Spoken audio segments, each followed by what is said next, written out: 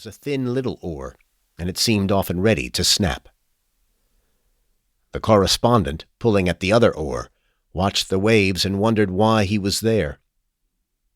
The injured captain, lying in the bow, was at this time buried in that profound dejection and indifference which comes, temporarily at least, to even the bravest and most enduring, when willy-nilly the firm fails, the army loses, the ship goes down.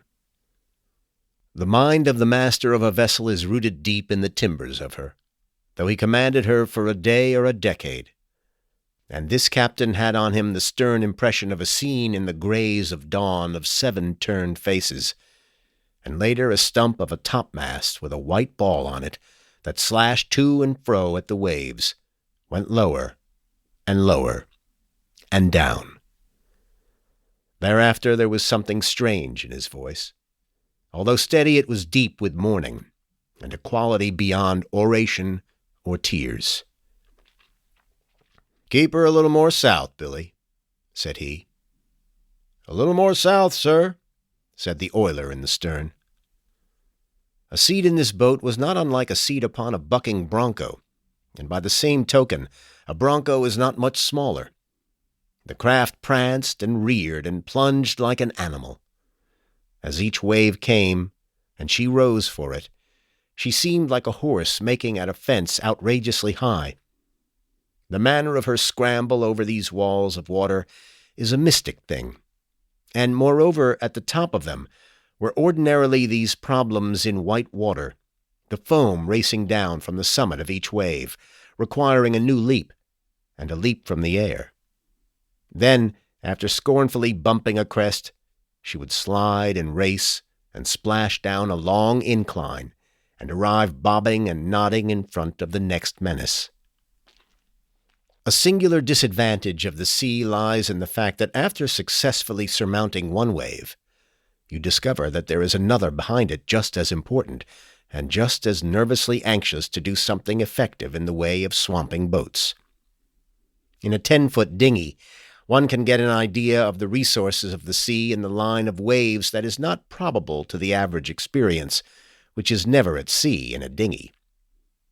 As each slaty wall of water approached, it shut all else from the view of the men in the boat, and it was not difficult to imagine that this particular wave was the final outburst of the ocean, the last effort of the grim water.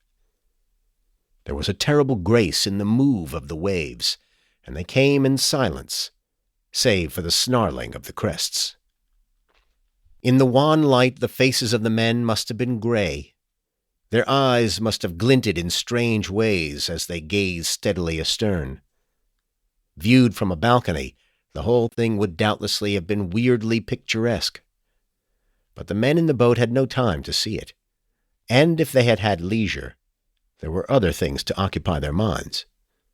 The sun swung steadily up the sky, and they knew it was broad day because the color of the sea changed from slate to emerald green, streaked with amber lights, and the foam was like tumbling snow. The process of the breaking day was unknown to them. They were aware only of this effect upon the color of the waves that rolled toward them. In disjointed sentences, the cook and the correspondent argued as to the difference between a life-saving station and a house of refuge. The cook had said, "There's a house of refuge just north of the Mosquito Inlet light, and as soon as they see us, they'll come off in their boat and pick us up." "As soon as who see us?" said the correspondent. "The crew," said the cook. "Houses of refuge don't have crews," said the correspondent. "As I understand them, they are only places where clothes and grub are stored for the benefit of shipwrecked people. They don't carry crews." "Oh, yes, they do," said the cook. "No, they don't," said the correspondent.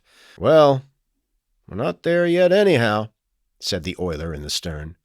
"Well," said the cook, "perhaps it's not a house of refuge that I'm thinking of as being near Mosquito Inlet Light. Perhaps it's a life-saving station." "We're not there yet," said the oiler in the stern. 2. As the boat bounced from the top of each wave,